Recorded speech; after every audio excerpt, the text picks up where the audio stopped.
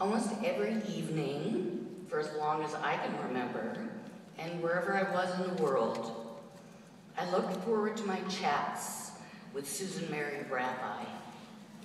It was like my ray of light at the end of a long day. This is how it usually went. I would start and say, Madam Rabbi, out of respect. And she responded, Betzola. And I'm not sure where she got that from, but that's my password, in case you need to know, for just about everything in my life. I would ask, how was your day? And in typical rabbi form, she would say, I'm moving along in an orderly fashion. I love that. So then, of course, I would go on to go through all my trials and tribulations of the day, and those of you who may know me well, I'd go on about this one, that one, and whatever happened, and the gossip in the industry. She would always listen, and she would always give me very sage advice. She would, when I finally got around to asking her, you know, and say, well, how do you feel today? She would say, no complaints. And I would say, really? Because I have so many, I could keep going on and on.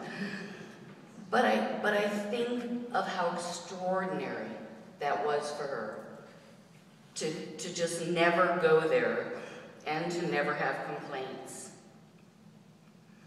Susan was my friend, she was my mentor, she was my restaurant critic. It was almost embarrassing that she knew more about the cool restaurants in New York than I did. She was always my date for Christmas Eve and many, many other holidays. And she was like my second mother, and I'm sure she'd rather that I had called her my aunt or my older sister. But she was truly like a mother to me. She was always there for me, and she was there for everyone else as well.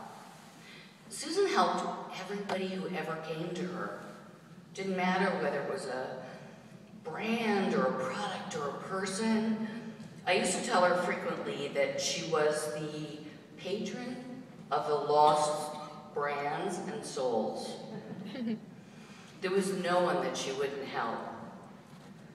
And she changed the lives of so many people in the beauty industry. And that's what I think was most extraordinary about Sue, is that she had the grace and humility that she demonstrated every day.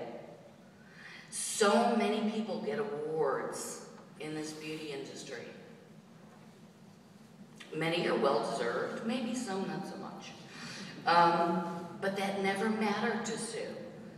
She took great pride in watching brands and people and products that she had developed excel and win great accolades. It was her greatest pleasure.